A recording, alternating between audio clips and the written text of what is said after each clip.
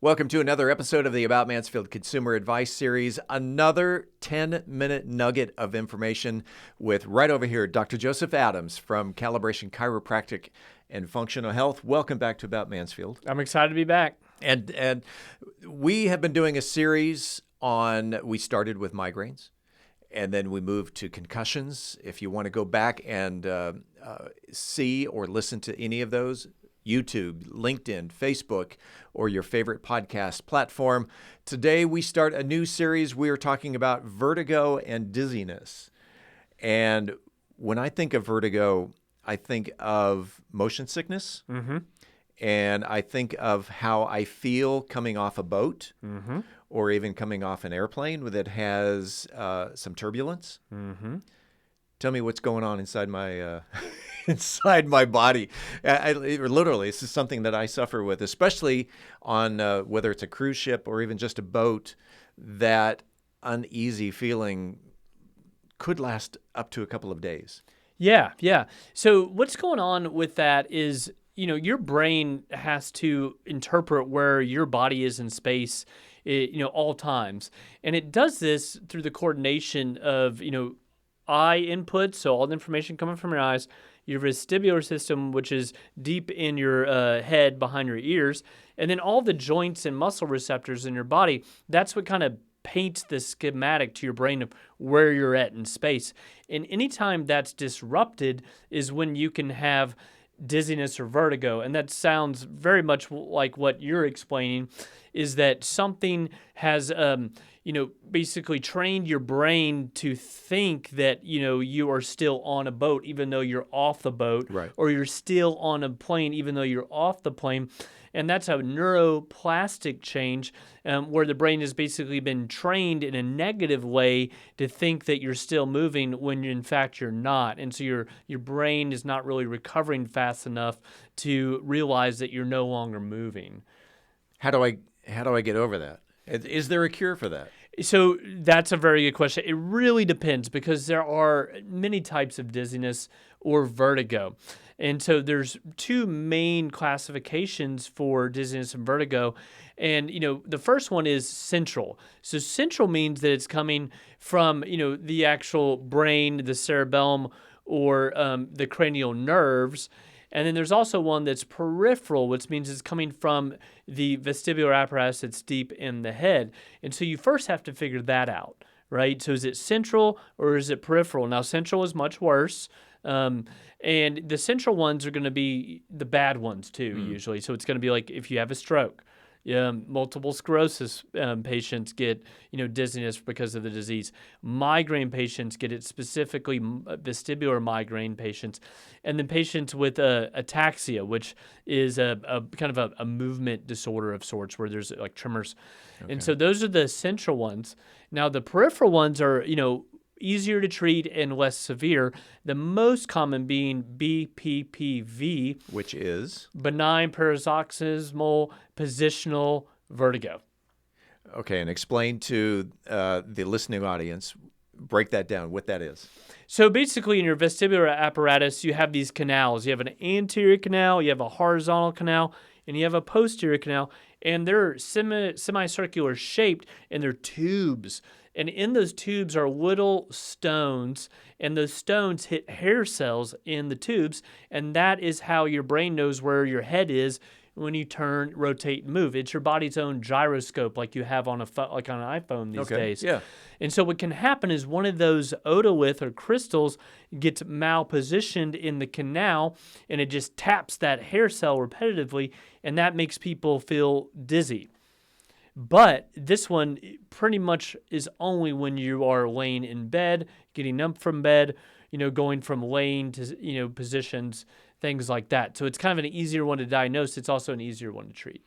Are there any other peripheral conditions that people should be aware of when it comes to vertigo, dizziness? Yep. Another one that we see a good amount in office is just viral infections. So you can get a viral infection in your vestibular system, and you will have dizziness, but it won't really match any type of pattern that you would see in other types of dizziness. And it can be treated with steroids to, resolve the impact of the viral infection and/or nausea medication. And those usually only last a couple of weeks with people, and they usually go with some other signs of illness as well. So that's a common one, not one that we treat, but we do see. Meniere's disease is another one. Usually people have a hearing loss associated with this. They think it's from fluid in the vestibular system, but they really don't know. It's one of these unknown type causes. This one is quite hard to treat as well. And that's called Meniere's disease. And what is it, and what is it? Well, they don't really know. That's the thing. They don't really know. But the suspicion is that there is fluid in the ear is one of the theories. Sometimes upper cervical chiropractic care does a really good job of treating this one as well. But it is one of the more hard ones to treat. What causes let's get into the causes of dizziness and vertigo. What causes it? So it really just depends on what form you have, and it depends on where it's at in the brain or the brainstem or the peripheral neurology.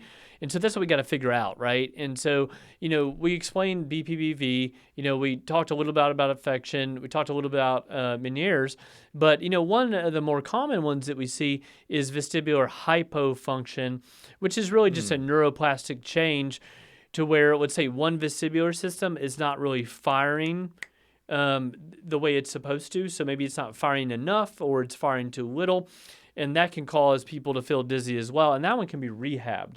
And so that's one where you could see a practitioner like me, and we can rehab that condition with eye exercises and or vestibular exercises. That's one of the more common ones. And then probably the number one thing that I see that a lot of other practitioners don't understand or treat is called cervicogenic. Cervicogenic.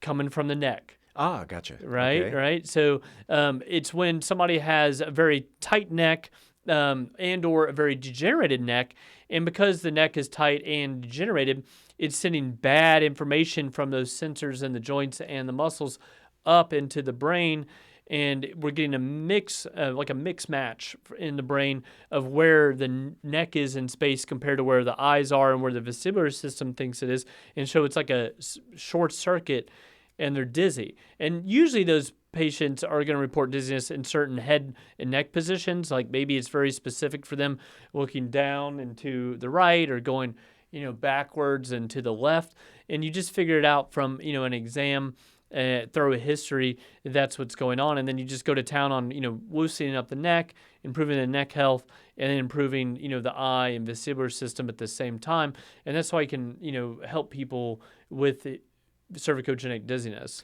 Can a chiropractic doctor determine, you went through several conditions of BPPV, infection and disease, and hypofunction, the cervicogenic. So can a chiropractic doctor determine which one of those five it is before going in on treatment? Yes, yeah, it depends though. In chiropractic school, you are taught basic neurology and neuropathology, and I would say most chiropractors have been trained to some degree to understand if it's BPPV and how to resolve it. But I would say that you really need to see somebody who has extra education in this topic, and those are the ones that are more well suited to treat this type of condition. Mm-hmm. And so for myself, having a master's degree in applied clinical neuroscience, and not only that, but actually working in an integrated facility with other practitioners taking care of conditions like this is really helped me over the years at niching into this type of treatment paradigm and helping patients with these conditions. In the minute or so that we have left, is there anything that you want to conclude on this regarding vertigo and dizziness? How, maybe a recap, or how someone can reach out to Dr. Joe? Yeah, so vestibular issues that cause vertigo and dizziness are very scary, and some of them are very serious, and you should be evaluated as quickly as possible if you have one because it could be a stroke or something worse. But other ones are more subtle and not as dangerous, and so just make sure you do your due diligence when you have dizziness and get seen by providers. But know that a lot of providers, if it's not a major issue, may not be able to help you with the more subtle and less damaging conditions. And that's where people like myself and vestibular PT can come in and help with these conditions. You can find us online at calibrationmansfield.com, and a Google search will be more than enough to find any content on this or any other topic that we treat in our office. calibrationmansfield.com. And I don't have any boat rides in my future that I know of, but I'm going to go back and reference this episode in the next time I come off of a cruise ship, and if I still got the little dizziness going on, I'm going to refer back to this. I appreciate Dr. Joe you being on the About Mansfield Consumer Advice Series. Let's do it again real soon. Let's do it.